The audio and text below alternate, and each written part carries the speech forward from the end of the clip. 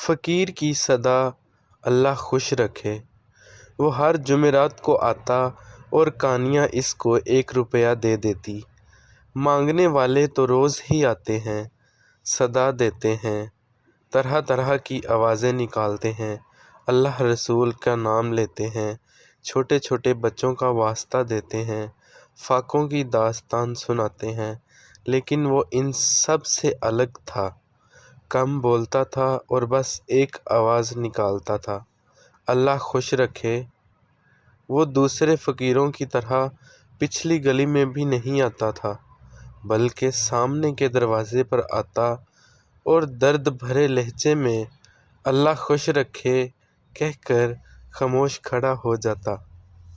کانیا نے اس کو پہلی بار دیکھا تو وہ ایک مظلوم سا انسان نظر آیا۔ کانیا نے 1 روپیہ لا کر اس کو دے دیا۔ بس اس روز سے یہ دستور ہو گیا کہ وہ ہر جمعرات کو آتا، صدا لگاتا، کانیا جلدی سے روپیہ لا کر دیتی اور وہ ایک بار پھر اللہ خوش رکھے کہہ کر چلا جاتا۔ وہ کسی دروازے پر زیادہ دیر نہیں رکتا، اگر تھوڑی دیر تک کوئی نہیں آتا تو وہ چپ چاپ آگے بڑھ جاتا۔ ایک دن کانیا کی بڑی بہن ناہید نے کہا، کانیا، اس فقیر میں کیا خاص بات ہے کہ تم اس کو ہر جمعرات کو 1 روپیہ دیتی ہو؟ کسی دوسرے کو دیتی بھی ہو تو صرف 25 پیسے۔ ابو بھی سن رہے تھے۔ انہوں نے کہا، بھائی، ہماری بیٹی کی طبیعت میں ہمدردی ہے، وہ تو ہر ایک کے ساتھ ہمدردی کرتی ہے، کسی کو پریشان نہیں دیکھ سکتی۔ ناہیہ نے کہا، ابو، میں تو یہ کہہ رہی ہوں کہ کانیا دوسرے مانگنے والوں کو تو 25 پیسے پر تنخواہ دیتی ہے، لیکن جمعراتی کو 1 روپیہ دیتی ہے، اور وہ بھی ہر ہفتے۔ ابو نے پوچھا، کون جمعراتی؟ ناہید نے اس فقیر کا پورا حال بتایا تو ابو بولے، بات یہ ہے کہ کسی کو دیکھ کر انسان کے دل میں ہمدردی کا جذبہ زیادہ بیدار ہوتا ہے اور کسی کو دیکھ کر کم یا بالکل نہیں۔ کانیا کو اس شخص سے زیادہ ہمدردی ہو گئی ہے۔ ابو کی بات صحیح تھی، کانیا کے دل میں درد تھا، وہ کسی کی تکلیف نہیں دیکھ سکتی تھی اور فوراً اس کی مدد کو تیار ہو جاتی تھی۔ اس نے کہا، دیکھیے ابو، باجی نے اس آدمی کو کتنا برا نام دیا ہے، جمعراتی۔ ناہید نے تڑخ کر جواب دیا، تو کیا میں اس کو نواب صاحب کہوں؟ وہ جمعرات کو آتا ہے، اس لیے میں نے جمعراتی نام رکھ دیا۔ کون سی توہین ہو گئی؟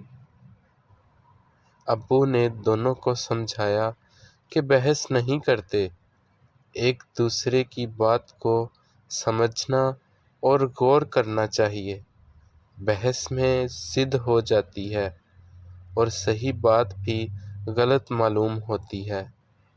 چلو آؤ، کھانا کھا لو، تمہاری امی بلا رہی ہیں۔ چند دن بعد کانیا کے ابو کو تجارتی دورے سے ہانگ کانگ جانا پڑا۔ وہ خوش و خرم سب سے مل کر روانہ ہوئے تھے، لیکن چند گھنٹوں بعد ریڈیو نے یہ افسوسناک خبر دی کہ کراچی سے ہانگ کانگ جانے والا جہاز حادثے سے دوچار ہو گیا ہے، تمام مسافر ہلاک ہو گئے، قیامت ٹوٹ پڑی۔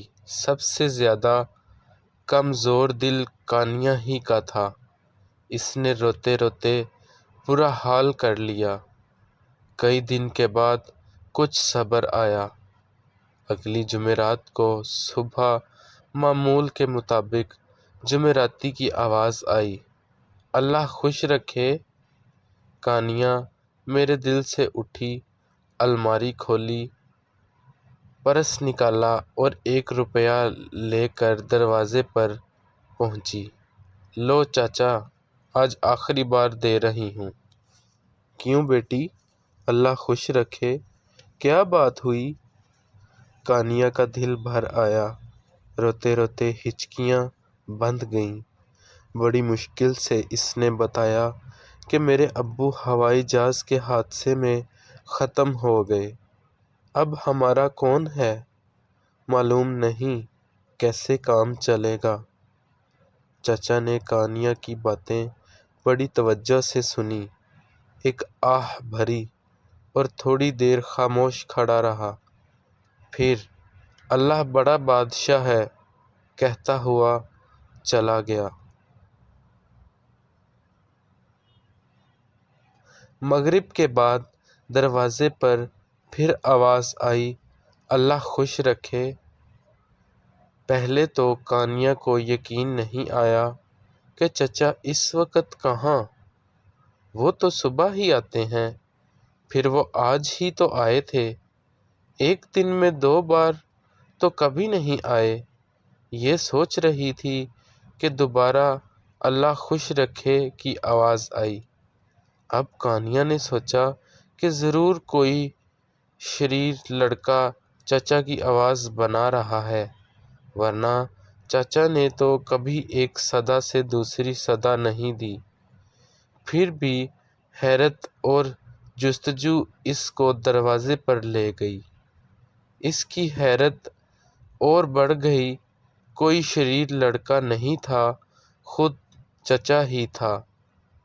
وہ کانیا کو دیکھ کر بولا، بیٹی، کسی کو نہیں دیتا دولت، کسی کی ہو کر نہیں رہتی، آج اس کے پاس کل اس کے پاس، دل غریبوں کے پاس بھی ہوتا ہے، اللہ خوش رکھے۔ یہ کہہ کر چچا نے ایک پوٹلی جیب سے نکالی اور کانیا کے ہاتھ پر تھما دی۔ اس سے پہلے کہ کانیا کچھ سمجھ سکتی، وہ تیز تیز قدم بڑھاتا ہوا دور نکل گیا۔ کانیا نے دیکھا پوٹلی میں نوٹوں کی گڈیاں بھری ہوئی تھیں۔